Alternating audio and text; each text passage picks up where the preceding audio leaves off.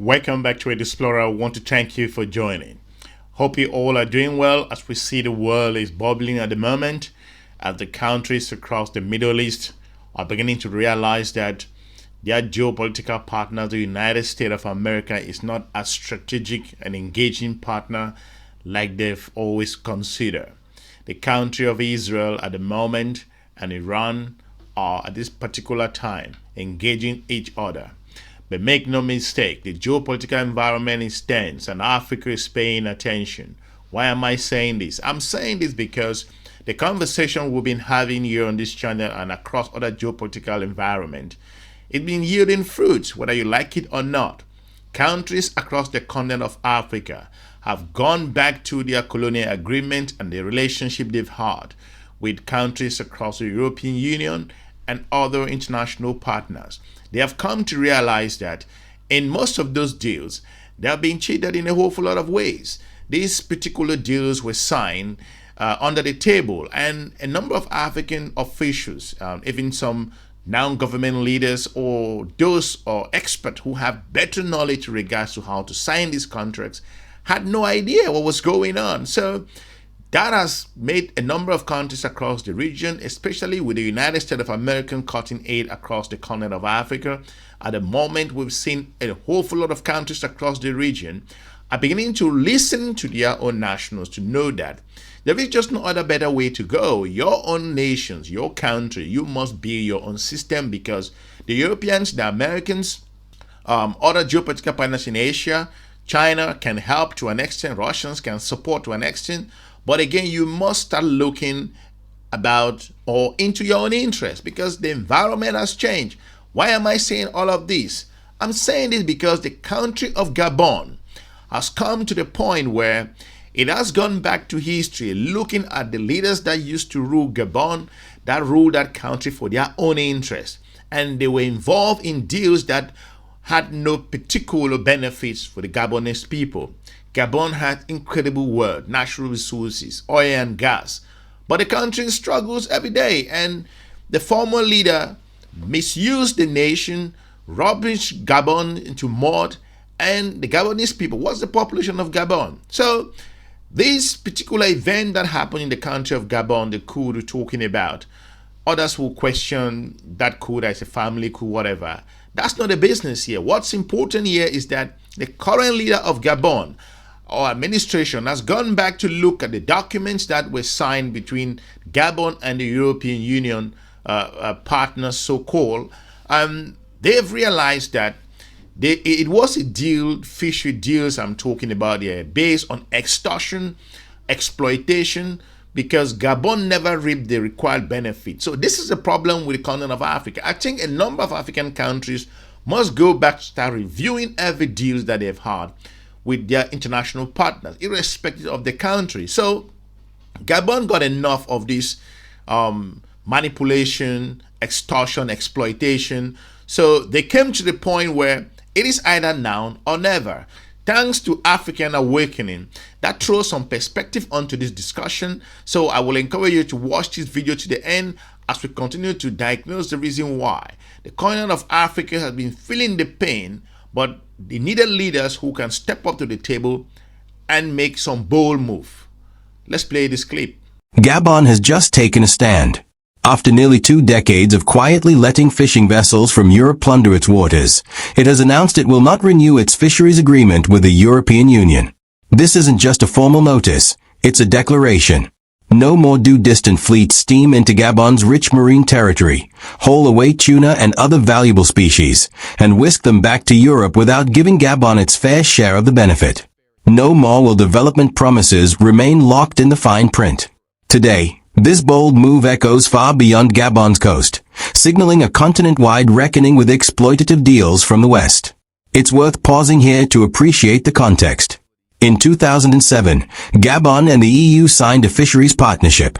On the surface, it looked like a win-win. Europe gained guaranteed access to Gabonese waters. Gabon received annual payments, with assurances that the funds would build up its own fishing industries.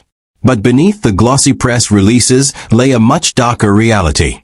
European trawlers, largely from France and Spain, descended like steel-hulled giants on Gabon's ocean resources. They came armed with high-tech sonar, chilling refrigeration, giant nets, throwing up catches that dwarfed anything local fishermen could ever gather. Day by day, year by year, this dynamic hollowed out local livelihoods. Fishermen working with traditional canoes and nets saw stocks plummet, their coastal zones growing scarce. Meanwhile, there was no infrastructure to catch Spanish processed cargoes. The EU fleets were under no obligation to land their catches in Gabonese ports. So the fish went straight to canneries in Europe. No sorting, no filleting, no jobs, no processing centers built in Gabon. The onshore side of the deal evaporated. Woe still. Gabon received about 1.6 million euros a year, paltry next to the tens of millions in fish value being extracted annually. Essentially, Gabon had leased its marine wealth for crumbs, while the EU reaped a feast. The imbalance wasn't only financial, it was structural.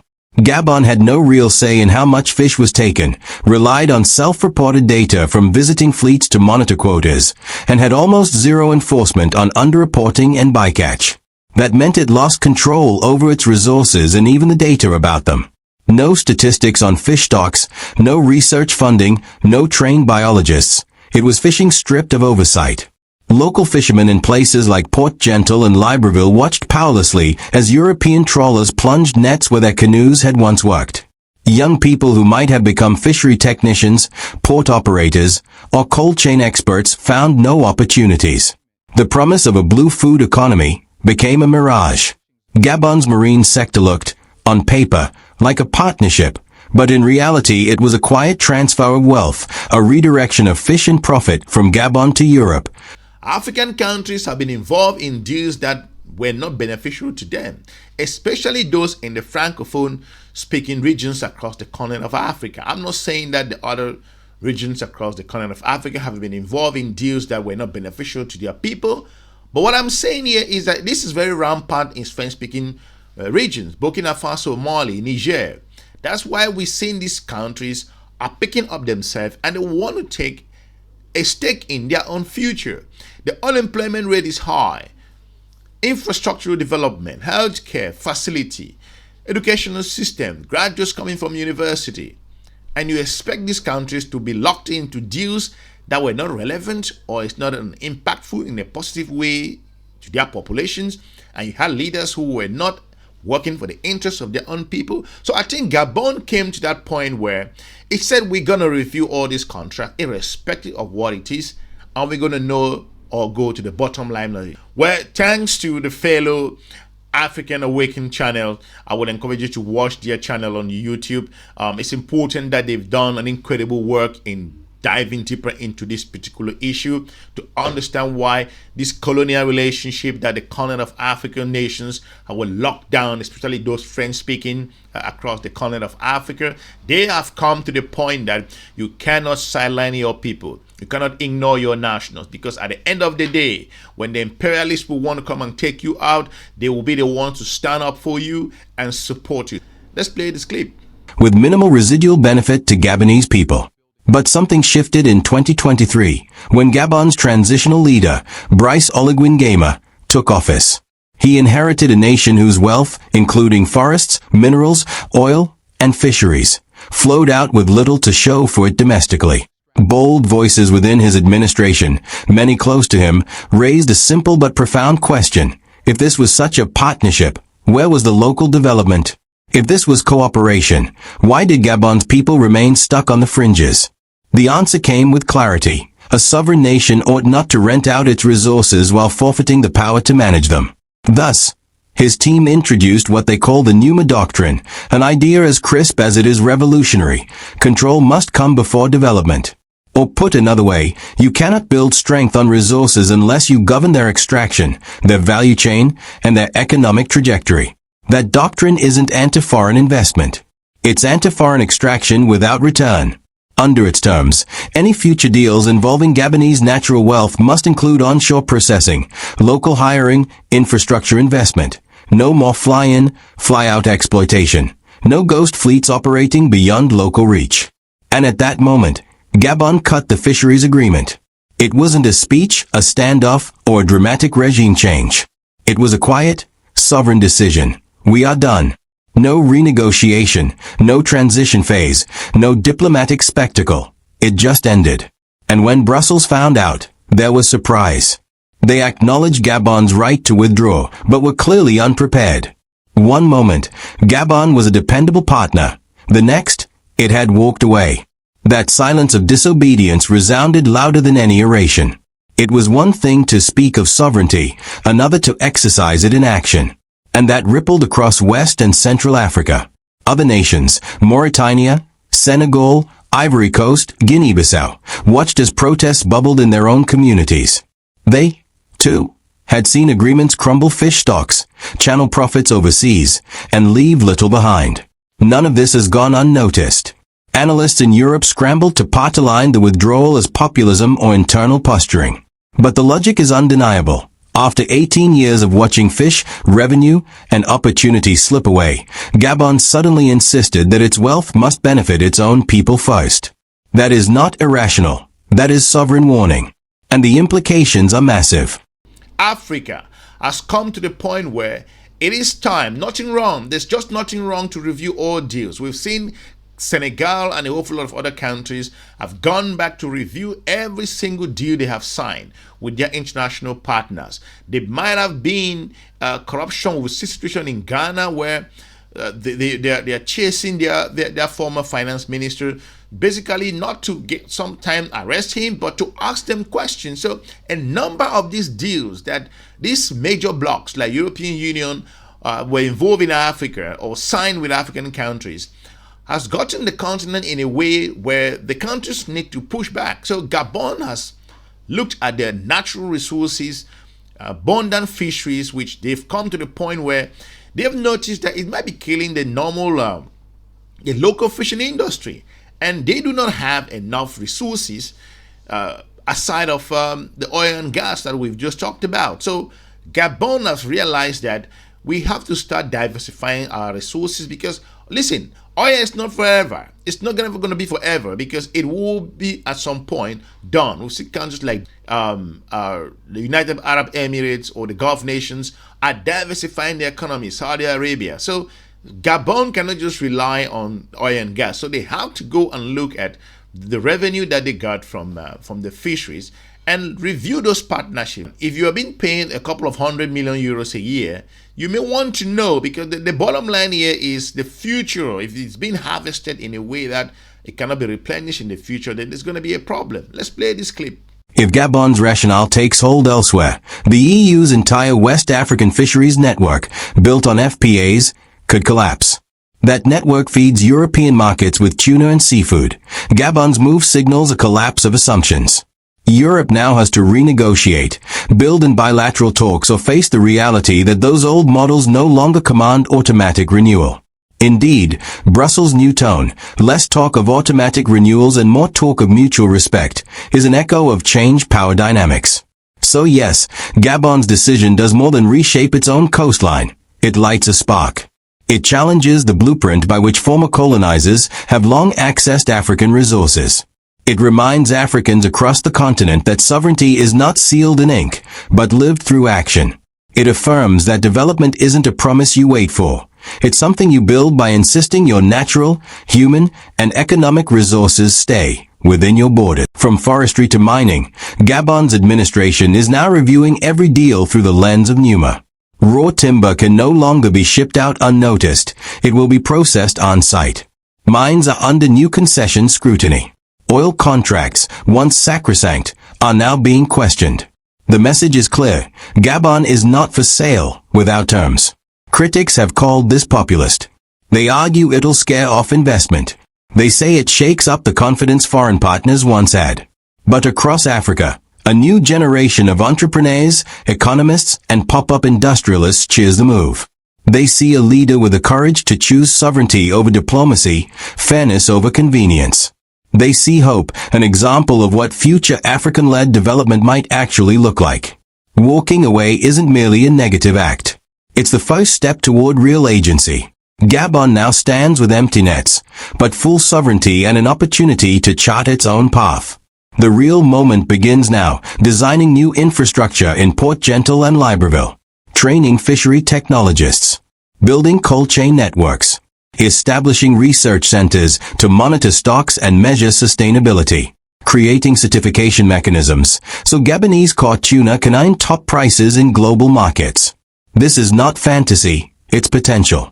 It's undone tasks waiting for audacious steps. Everything lost over 18 silent years can begin to be recovered. Inherent in this moment is also a vital continental lesson. Other nations might see leverage in the West's belief that we won't push back. But that belief is eroding. Gabon has shown that you don't have to dismantle the entire diplomatic order to hold your ground. You simply have to prioritize your nation's interests, your people's welfare and your ecosystem's long-term health.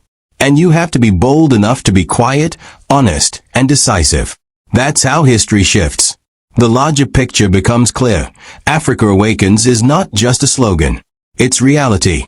Hopefully the people of Gabon have come to the realization that they have to start building their own environment, opening their own infrastructure, understanding the contracts and the engagement they've had with their partners from around the world. There's nothing wrong with that. That is the right way to go. They have to review every documentation. It's important to know that this particular fragmentation of the continent of Africa is what has brought the continent to where it is today. I'm not saying Africa does not have its own internal challenges. However, if the continent of Africa's geopolitical partners take the continent for a fool, then I think that the events across Sahel and more importantly around the regions, looking how the continent of Africa at the moment is asking questions as its former partners, former strategic partner it counted on, are leaving them or throwing them under the bus. So Africa must wake up and start making individual decisions, because like I said before, the issues across the continent of Africa is not a one-size-fits-all.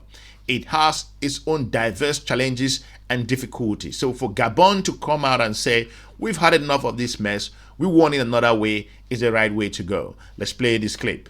Across resource sectors, forests, minerals, energy, fisheries, land, Africa is rising.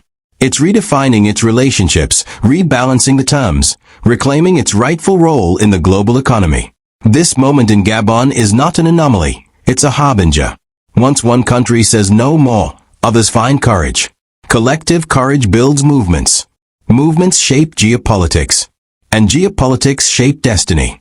Gabon's silent statement is already reverberating today. Europe will adjust pricing, negotiate new quotas, perhaps offer better terms.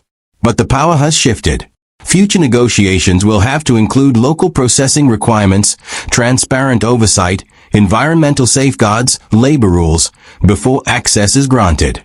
That becomes the new normal. And for the African continent at large, this is the turning point.